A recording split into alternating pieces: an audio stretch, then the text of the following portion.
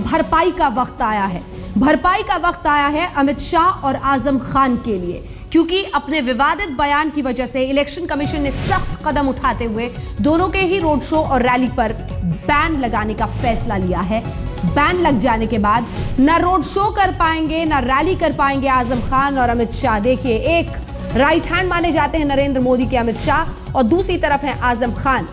दोनों ने ही पिछले दिनों धर्म के नाम पर वोटरों को बांटने की कोशिश की थी।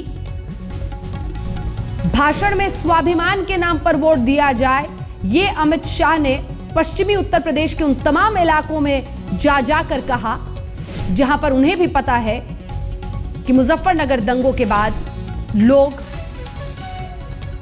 परेशान हैं और इसीलिए धर्म के आधार पर बांटने की जमीन समझ ली अमित शाह ने।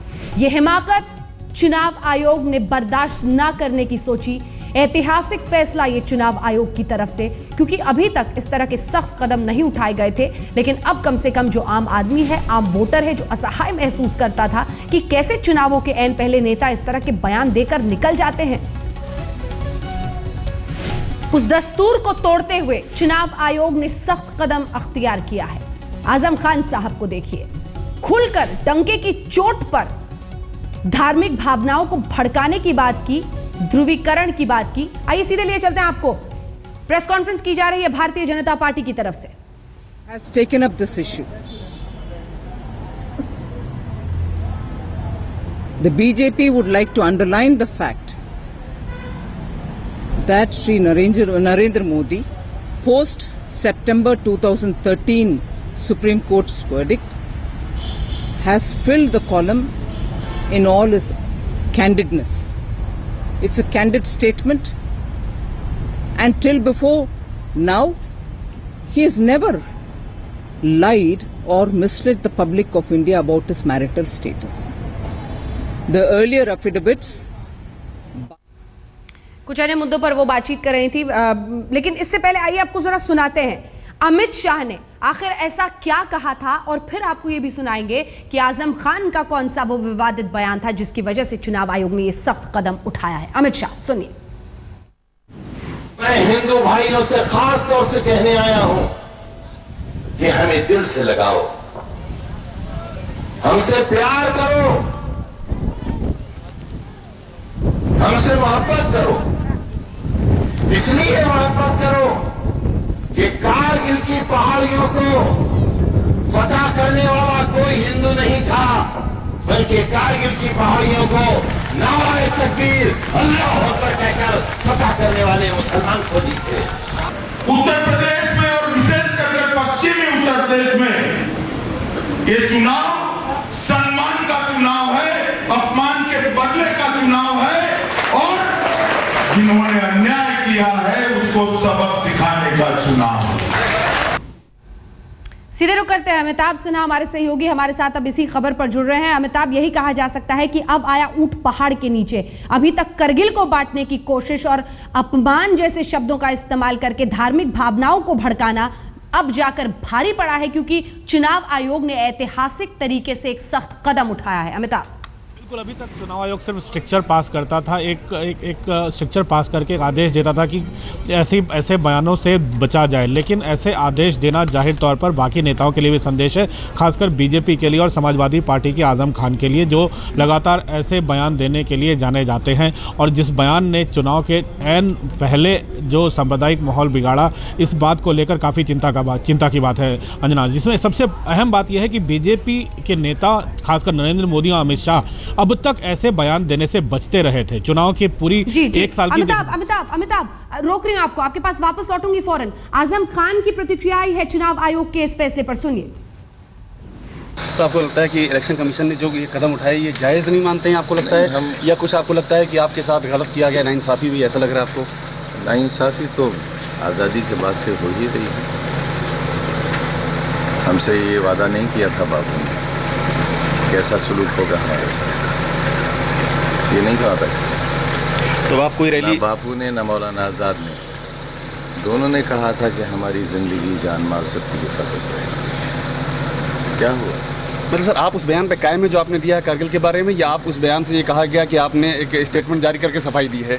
देखिए, सफाई देने की बात नहीं है। कारगिल की पहाड़ियों पर मुसलमानों की भी शहादत हुई है, और सिर्फ वहाँ की पहाड़ियों पर नहीं, पूरे मुल्क की हिफाजत के लिए हमारा खून बहा है, आज़ादी के लिए बहा है। इसमें क्या गलत है? उस बयान पे कायम है आप? ये क्या? और ये बताइए सर, आप रैली करेंगे कि नहीं जो रोक लगा दी इसके बाद? आपका क्या रैली, आप क्या करेंगे? ये तो अमित शाह पर भी रोक लगाई, उस पर क्या कहेंगे? अमित शाह पर भी रोक लगाई इलेक्शन कमीशन ने, लेकिन कोई रैली करेंगे देखिए, उन पे क्या उन कहना? पर रोक लगाई है तो इसका जवाब वो देंगे। फाशिस्टों में और समाजवादियों में ज़मीन आसमान का फर्क है। अमित शाह पर रोक लगाने के लिए हम पर रोक लगाना, बैलेंस करना मुनासिब बात नहीं है। बैलेंस की करने की कार्रवाई की आपको लगता है? ये सख्त टिप्पणी करते हुए आजम खान, और आज भी उनकी बातों से ये साफ एहसास हो रहा है कि वो अपनी गलती नहीं स्वीकार रहे हैं। कहते हैं अमित शाह फासिस्ट हैं, और आजम खान खुद अपने आप को समाजवादी बताते हुए ये कह रहे हैं कि बैलेंस करने के लिए ये किया गया है। आपने बैलेंस वर्ड खुद उनकी जुबान से सुना है।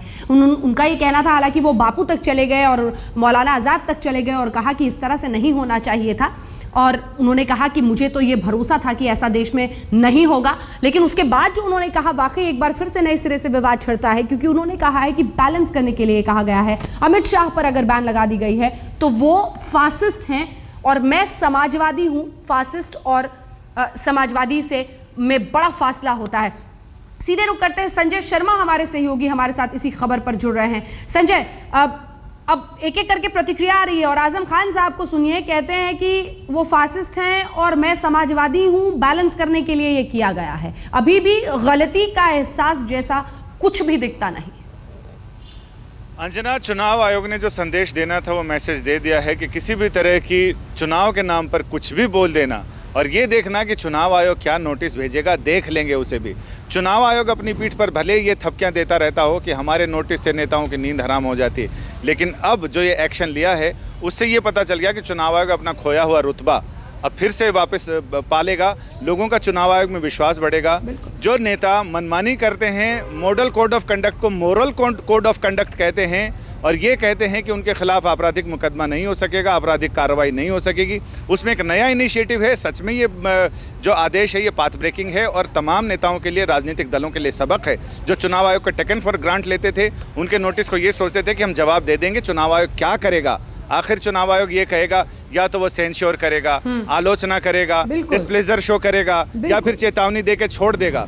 लेकिन ऐसे शरारती बच्चों को अगर मास्टर जी सिर्फ कान उमेट के छोड़ दें तो उन्हें सबक नहीं मिलता जब तक डंडे ना पड़े, और ये चुनाव आयोग का ऐसा डंडा है। इसमें किसी भी दल को, दोनों दलों के नेताओं को ये कहने का मौका नहीं मिलेगा कि हमें पकड़ लिया, उसे छोड़ दिया। चुनाव आयोग ने बहुत ही टैक्टफुली, बहुत ही सूझबूझ के साथ दोनों जहर उगलने वाले लोगों को, दोनों नेताओं को ये कहा है, और दोनों दलों को सीख देने की कोशिश की है, और सबक देने की कि बाकी लोग खुद से सुधर जाएं तो ज़्यादा बढ़िया है।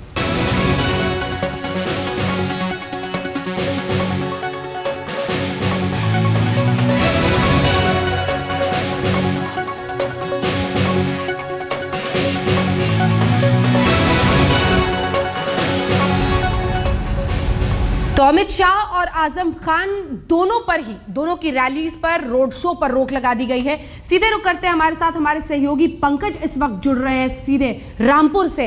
पंकज, ये कह रहे हैं आजम खान कि जैसा कि हमने अपने दर्शकों को सुनाया, उनका कहना है कि एक फासिस्ट है, मैं तो समाजवादी हूं, बैलेंस करने के लिए। गलती का जरा सा भी एहसास नहीं दिखता, झलकता उनकी बातों में। Filed earlier. डिफाइंट नजर आए। जब हम उनके पास गए तो उन्होंने शुरुआत ही कही कि आखिर उनका जो बयान था उसमें गलत क्या था। वो तो तथ्यों पे आधारित था, और ये भी कह गए कि सालों से माइनॉरिटीज पे इनजस्टिस किया जाता है, तो अब क्या नई बात है। साथ ही साथ फिर हमने उनसे ये सवाल किया कि अमित शाह का भी नाम जोड़ा गया है, तो इस पर उनका कहना था, लगता है ये तो कोई बैलेंसिंग एक्ट यहाँ पर नजर आता है। फिर हमने उनसे सवाल पूछा, क्या ईसी के ऑर्डर के बाद अब आप फ्यूचर में रैलीज करेंगे?